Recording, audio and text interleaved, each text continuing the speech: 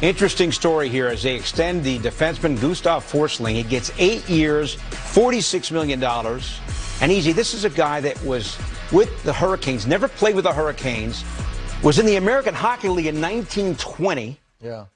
Waived by Carolina. He's picked up by Florida. And how about he's a top D pair now, and he's getting paid. Yeah, you know, very good story. It's a great story. It's great to see. He got an opportunity in Florida, really took off. He's a great skater. I think Joel Quenneville knew him from a stint in Chicago. And remember, Joel had been the coach in Florida. He ends up in Florida getting taken off waivers, and he gets an opportunity, and he just finds his way. And he has been a really terrific defenseman for the Florida Panthers. Stu, you were saying on the call today, what is he, a plus 44? He's a plus 44. Tops in the league. Best in the business. Yeah. And, you know, even for those that will kind of qualify and hedge their bets on the plus-minus stat as an indicator, because it does. It depends a little bit on your club, your deployment, and a lot of things, your matchups. But plus 44 is flat out plus 44. Yeah. You go 2 years back, he was a plus 41. The second highest is Quinn Hughes at plus 31. You know, 44 to 31. That's quite an edge. In a nutshell, what it tells you, he's got some offensive upside. He's, you know, he pushes it north of the center red line, and he's a really solid defender. He's an incredibly responsible defender. Yeah. So this is a wonderful ad and a great value. And he's a great skater. And the thing I'll talk about the deal is it's a little bit of a trade-off, right? Like, he gets that 8 years. And I mean, Stu, we just talked about guys getting moved the deadline, right? It's nice to have a little security in life. Billy, wouldn't we love an 8-year deal? I'll take right? We'd love an 8-year I'll take deal. a quarter of that. So security in terms of the term, but he gives back a little bit in terms of the AAV. Right. 5.75, a reasonable, manageable AAV that they can continue to have good players on their team. So I think it wins. You know, everybody wins. You're basically saying this is it for. I'm 27. I'll get to 35. I'm making 48 million, and there may be another 1 year, 2 year term after that. It's hard to say. He's a very durable player at the same time. But to add to your point, EJ, you know, it's not as though you're projecting out and buttoning, you know, a high-end offensive guy for 8 years where it might be a bit of a coin toss. Is he going to be as productive when he's well into his 30s? This is Forsling. Again, very consistent defender. He's taken a while to develop to the asset that he is, but you're not going to get these wild ebbs and flows in his game. He is who he is. He does what he does, and that's just flat out defensively responsible, again, with some offensive upside. So even though we're talking about an 8-year term, it's one that's going to be, I think, advantageous to both sides. I agree. By the time years 6, 7, and 8 play out. And a reasonable, like I said, a reasonable AAV that works for the team, it works for the player. In 2021, the Florida Panthers picked up Gustav Forsling off the waiver wire from the Carolina Hurricanes, and he hit the ground running for the Panthers, making an impact almost immediately. Fast forward to last week, they signed him to an 8-year extension. And here you can see why. One of the most valuable defensemen in the league, he joined NHL Now on Wednesday. So we'll pretend we're all in the same room for a minute, and we'll welcome Gustav Forsling to the Players Only chat here. How you doing, bud? Good. Thanks. Thanks for having me. Thanks for joining us. You guys are on the road, right? Yeah, we just got into Raleigh. Oh, man, Dallas to Raleigh. Tough travel day. Appreciate you joining us. We got a little quote here from Aaron Ekblad. We're going to start you off with that, if you don't mind. He's got the speed, strength, and the mind. Those three things together are lethal in this league. He can also throw around a guy that's 250 pounds if he wanted to. I know he could. I've seen him with the shirt off. It's why we keep our wives away from Gustav. Can you explain that? But no, it's you know, I try to stay in good shape, and I think he's a little jealous. He's definitely jealous. Hey, yeah, well, we got a picture, so I'd be jealous too. Or I'm jealous. What we got? Wow, it's so strong. Yeah, no wonder you could throw around 250-pound guys. That's good. Yeah, hey, geez.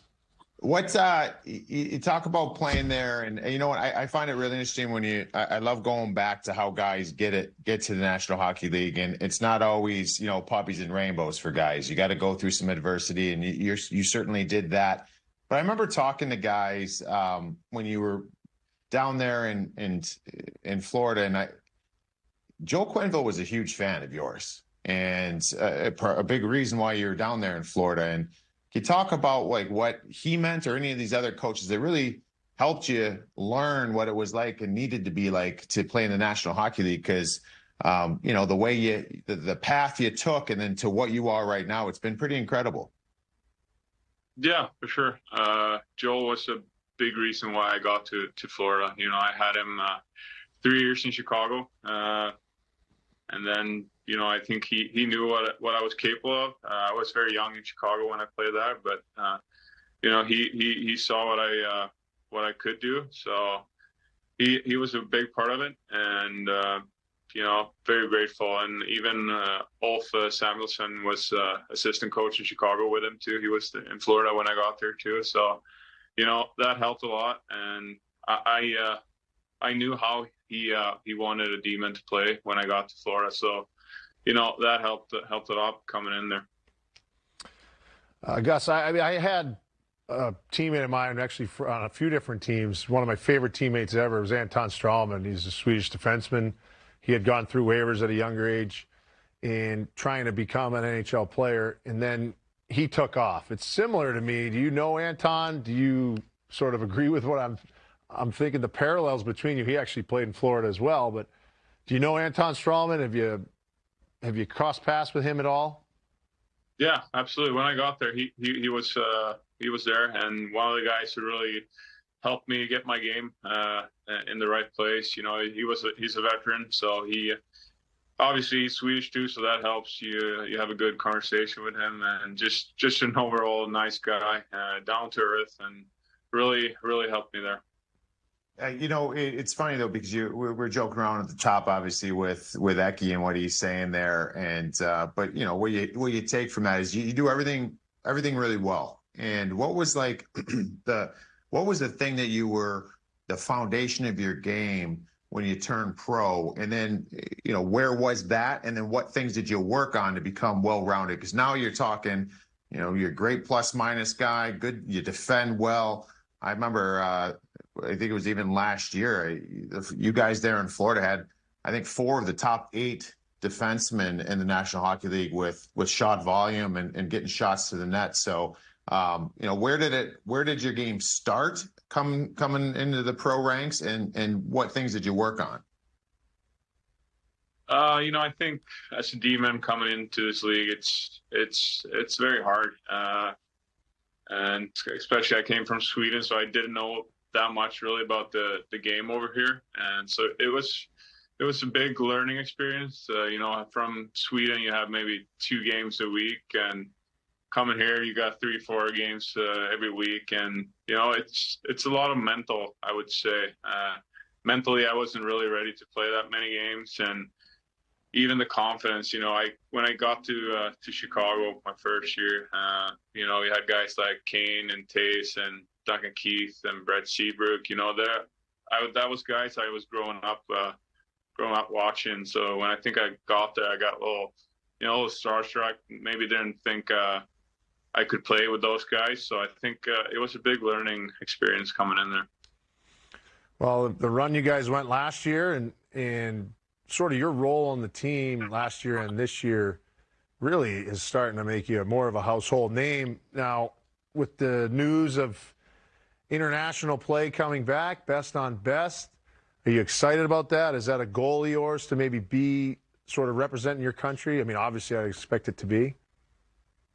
Absolutely. That would be an honor. I think everyone's very excited about it, and that would be a very cool experience and something I would really want to do. What's when we go back to your Swedish roots, like who's the guys you're growing up watching? I mean, I'd have to assume we're going to be hearing Nick Lidstrom's name come out of your mouth, or it just seems like it's always forwards. It's always Peter Forsberg. Defenseman, it's Lidstrom. Goalies, it's Hank Lundqvist. You got anybody else there? Like, who are some of the guys you really watched growing up? Yeah, for sure Lidstrom, but also a guy like, I don't know if you Magnus Johansson. He actually played a I think 2 seasons in the NHL, but he was a guy in my hometown playing. He actually played in Florida and Chicago. And then a guy like Nick Jalmerson, I watched a lot with him in Chicago there. So he's someone who I really looked up to. Oh, I hated playing against Nick Jalmerson. He was the worst. That guy was so good at what he did. He might have been the best ever, like, just pain in the butt defenseman, I think, of all time. You know, hey, when you talk about, like, there's certain guys that are just made differently. Yeah. And, you know, I think of you know, obviously he's American, but Ryan Lindgren is like a guy that he just takes Licken's defense, just keeps popping up. That's how Jalmerson was to me. Like, he blocked a million shots. He'd hit you. He'd be annoying to play against. You take runs at him. He just would never stop. I mean, you know, Gus, is that something like I found in my career that the Swedes and the Finns, like tough-nosed, gritty guys, right? Like, is that just something that's, you know, embedded through the childhood of playing over there in Sweden? I don't know about the Finns, but yeah, Swedes for sure are very tough. But no, but I think you know, we Swedes are tough and Finns too for sure. But it's just maybe something we have growing up, and just I don't know what it is, but overall I think you see those guys like Nick Jalmerson. He would, I don't know how many pucks he would eat every game, and just still play next game. So that's someone I really looked up to. The pain tolerance is off the charts. I remember that. I remember that with Strawman as well. All right, let's get into you know, congratulations on the 8-year deal. That's unbelievable. Must be fantastic for you and your family, and it's well deserved. Obviously, you like where you're at, because I think you could have got a little more if you left, but it's a great place to play. Now, all right, a couple things. Sounds like my agent. Hey, I'm with you. I would have done the same. When you know where you're at and you're in a good place, it's fantastic. So good for you, man. You buy anything yet? You get a nice purchase with the new ticket coming in? No, nothing yet. Maybe after the year I'll get some. Yeah. Hey, you're we're seeing you're big outdoorsman. You like fishing. Yeah. You do. Maybe. I'm a big fisherman. Yeah. Do you have any? What, like, have you been on a big fishing trip, or you just been fishing in Sweden, down there in Florida, or where you at? And what do you like to fish? Yeah, in Florida, it's mostly like deep sea fishing. So I'm more of a lake guy, but I'm starting to get into it more here in Florida. I mean, Ekblad is fishing a lot, so he took me out a couple times, and it's pretty cool to get a big tuna and stuff like that. But I'm more of a lake guy, I would say.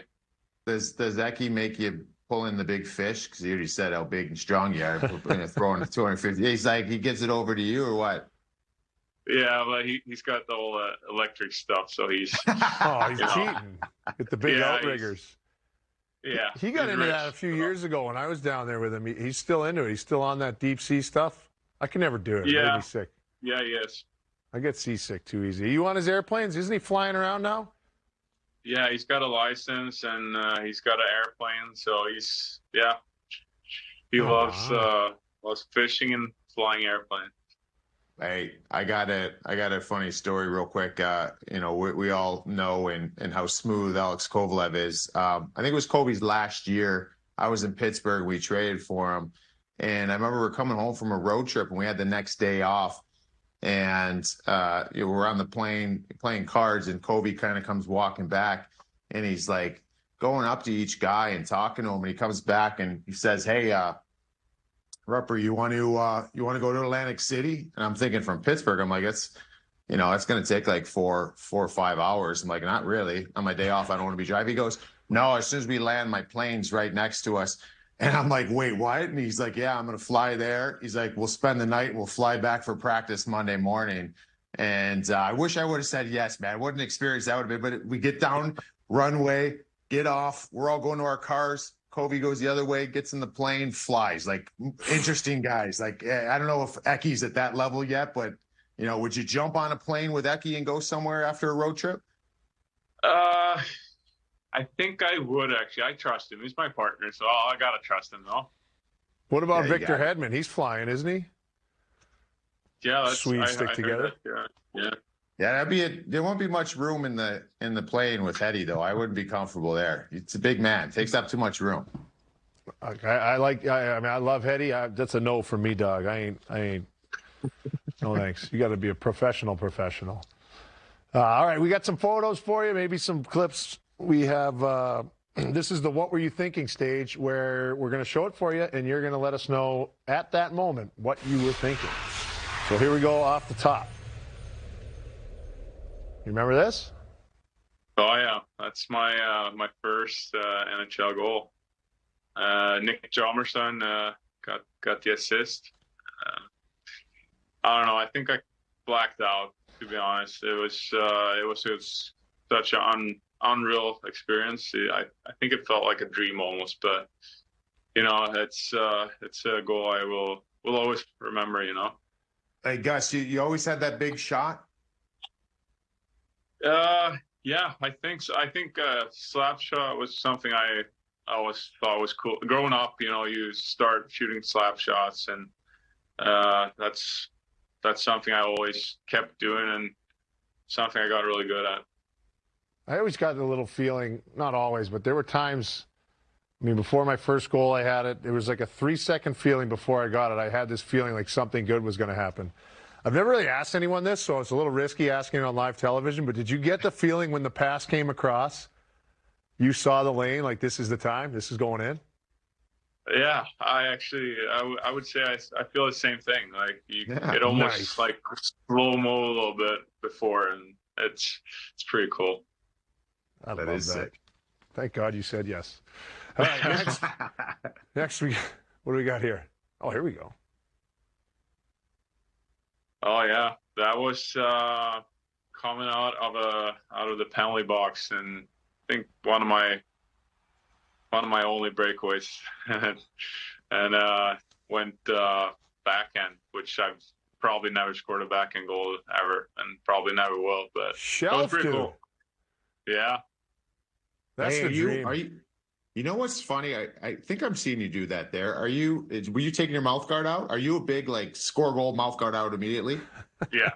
I don't know why, but it's right away every time.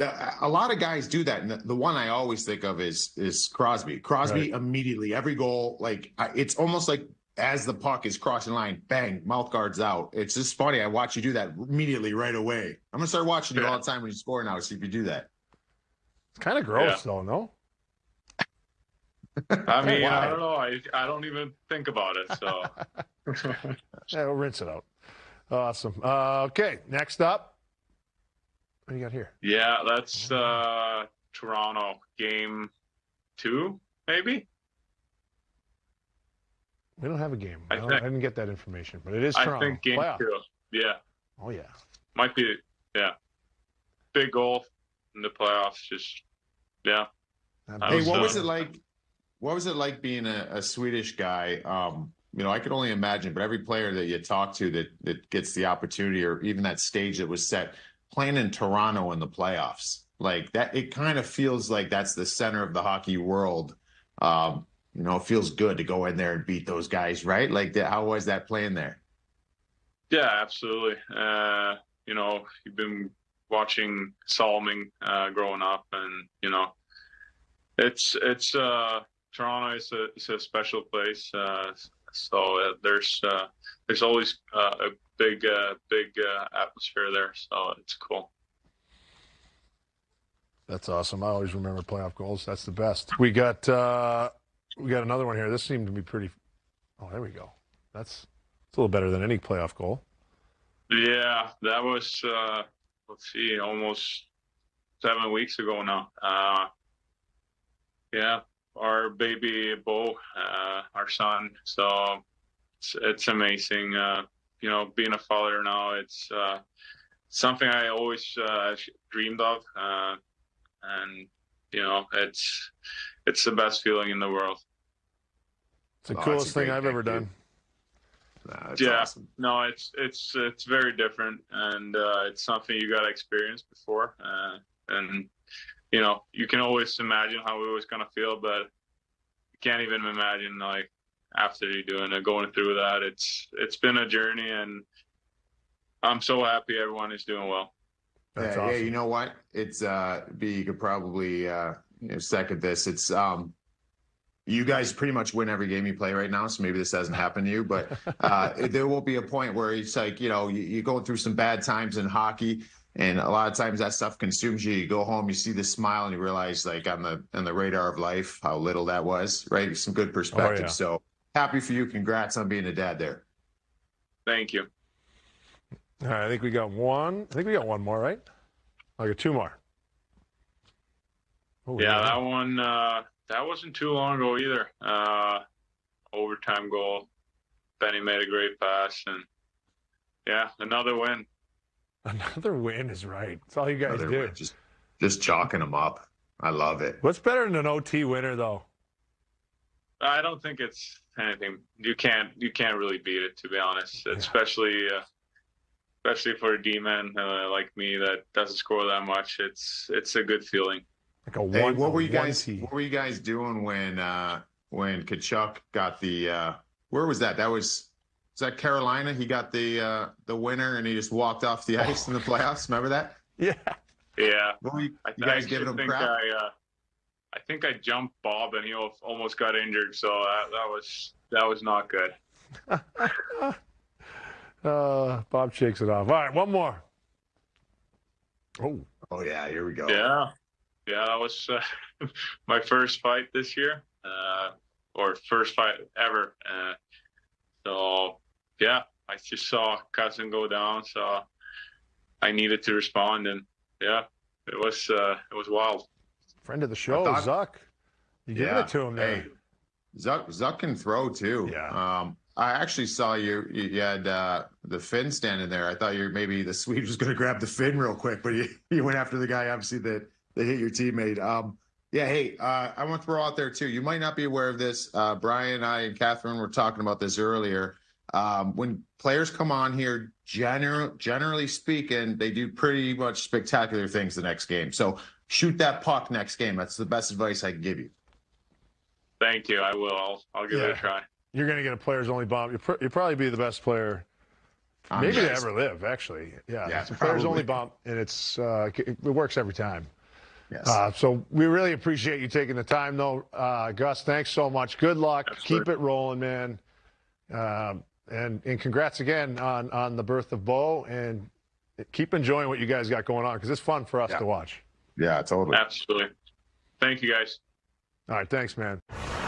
Oh, how sweet is that? It has really been quite the journey for Gustav Forsling. Mike, what does locking him up long-term mean for him and the franchise? Well, for him, you think about a guy who went through waivers, was claimed, his original team, Chicago, they gave him away. There was not a guarantee that he was going to have a long, prolific NHL career. So for him and his new family, Bo, and there's that kind of security. Think about that. You just had a child. Now you have a $50 million contract. You'll never have to think about anything with regards to that, about security and safety and your family and financial well-being and all that done, taken care of. Brilliant. And for Forsling, he understands he's in a great spot.